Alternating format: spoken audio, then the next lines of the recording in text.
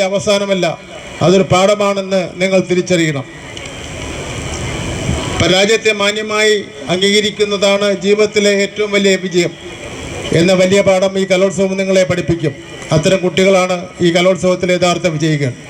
ലഹരിയോട് വിട പറഞ്ഞ് പ്രകൃതിയോടും സഹജീവികളോടും സ്വന്തം ശരീരത്തോടും ഉത്തരവാദിത്തമുള്ളവരായി മാറുവാൻ ഈ കലോത്സവം നിങ്ങൾക്ക് പ്രചോദനമാകട്ടെ.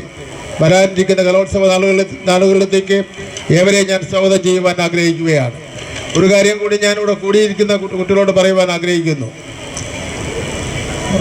2-3 അക്കാഡമി രംഗത്തെ പരീക്ഷാ രംഗത്തും ചില പരിഷ്കാരങ്ങൾ വരുത്തുവാൻ വേണ്ടി പൊതുവിദ്യാഭ്യാസ വകുപ്പ് ആലോചിച്ചിട്ടുണ്ട്. നമ്മുടെ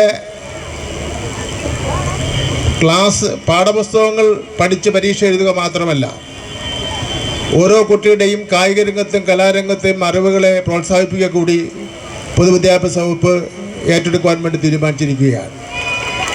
അതുകൊണ്ട് തന്നെ ഈ വർഷം 5000 കോടി രൂപ സ്കൂൾ കെട്ടിടങ്ങൾ കെട്ടുന്നതിന് വേണ്ടി ചെലവഴിച്ചെങ്കിൽ അടുത്ത അക്കാഡമിക് ഇയർ മൈതാനങ്ങൾ കെട്ടുന്നതിന് വേണ്ടിയായിരിക്കും മുൻഗണന കൊടുക്കുന്നതെന്നുള്ള കാര്യം കൂടി ഞാൻ ഓർമ്മപ്പെടുത്തുവാൻ വേണ്ടി ഞാൻ ആഗ്രഹിക്കുകയാണ്.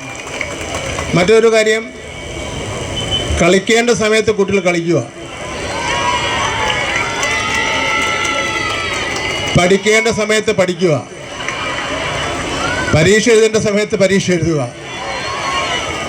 ഈ അവധിക്കാലത്ത് നമ്മുടെ പൊതുവിദ്യാഭ്യാസ വകുപ്പ് ഒരു നിർദ്ദേശം നൽകി. നിങ്ങളുടെ സ്കൂളിലൊക്കെ അത് പാലിച്ചിട്ടുണ്ടോ എന്ന് എനിക്കറിയില്ല. അവധിക്കാലമാണ്. അവധിക്കാലത്ത് കുട്ടികളെ വീട്ടിൽ നിന്ന് വിളിച്ചു വരുത്തി ഒരു ക്ലാസ്സും എടുക്കാൻ വേണ്ടി പാടില്ല എന്നുള്ളൊരു നിർദ്ദേശം കൊടുക്കുകയുണ്ടായി. അത് നിങ്ങളുടെ എത്ര സ്കൂളുകളിൽ പാലിച്ചിട്ടുണ്ടെന്ന് എനിക്ക് അറിയില്ല. അവധിക്കാലത്ത് ശാന്തമായിട്ടും സമാധാനത്തോടു കൂടിയും കളിക്കുകയും ചിരിക്കുകയും ഒക്കെ ചെയ്ത് മനസ്സിന് ശാന്തത വരുത്തുക എന്നുള്ള കാര്യമാണ് നമ്മൾ ചെയ്യേണ്ടത്. അതുപോലെ തന്നെ കുട്ടികളുടെ അവധിക്ക് ഇഷ്ടപ്പെടുകയാണ്. അവധിക്കാലങ്ങളിൽ ഇപ്പോൾ എന്താ, മുഴുവൻ സമയം ട്യൂഷൻ പഠിപ്പിക്കില്ല. ട്യൂഷനാണ് കുട്ടികളെ പരീക്ഷ ആയാൽ പിന്നെ കുട്ടികളെ വല്ലാത്ത നിലയിൽ പഠിപ്പിച്ച് പിടിപ്പിക്കുകയാണ്. ഇതൊക്കെ നടന്നുകൊണ്ടിരിക്കുകയാണ്. കഴിഞ്ഞൊരു ദിവസം ഞാനൊരു നടന്ന കാര്യം പറയാം. കുട്ടികൾ അവധി ആഗ്രഹിക്കുന്നു എന്നതിൻ്റെ തെളിവാണ്. കഴിഞ്ഞൊരു ദിവസം ഞാൻ തൃശ്ശൂരിൽ നിന്ന് മടങ്ങി തിരുവനന്തപുരത്തേക്ക് പോയ അവസരത്തിൽ റെയിൽവേ സ്റ്റേഷനിൽ ഇരിക്കുകയായിരുന്നു ഒരു കസേരയിൽ. അവിടെ ഒരു 4-5 കുട്ടികൾ വന്നിരുന്നു. സ്കൂൾ കുട്ടികളാണ്.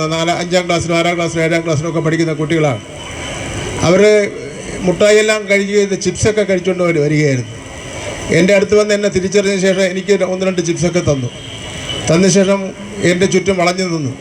എന്ന ശേഷം പോകാവുന്ന സമയത്ത് അവൻ പറയുകയാണ്, 2 ദിവസവും കൂടെ അവധി കൊടുക്കാൻ വല്ല മാർഗമുണ്ടോ? അപ്പോൾ കുട്ടികൾ അവധിക്ക് ആഗ്രഹിക്കുകയാണ്. അവധിക്ക് ആഗ്രഹിക്കുന്നു എന്നുള്ളത് ഏറ്റവും പ്രധാനപ്പെട്ട കാര്യമാണ്. അപ്പോൾ നമുക്ക് പഠിക്കുന്നതിന് പഠിക്കേണ്ട സമയത്ത് പഠിക്കുക, കളിക്കേണ്ട സമയത്ത് കളിക്കുക. കളിച്ചാൽ ഈ ലഹരി വിരുദ്ധ ചിന്തകളൊന്നും നമ്മുടെ മനസ്സിൽ കടന്നു വരുന്നതിന് വേണ്ടി പോകുന്നില്ല. മറ്റൊരു നിങ്ങൾക്ക് താല്പര്യമുള്ള വിഷയമാണ്, ഇന്നലെ വിദ്യാഭ്യാസ വകുപ്പിൻ്റെ ഒരു ഉന്നത കമ്മിറ്റി കൂടി തീരുമാനിച്ചു. പാഠപുസ്തകങ്ങളുടെ കനം കുറയ്ക്കുന്നതിന് വേണ്ടി തീരുമാനിച്ചിട്ടുണ്ട്. ഇപ്പോൾ ഉള്ള പാഠപുസ്തകം പഠിക്കുന്നതിന് വേണ്ടിയും പ്രയാസമാണ്, കൊണ്ട് നടക്കുന്നതിന് വേണ്ടിയും പ്രയാസമാണ്.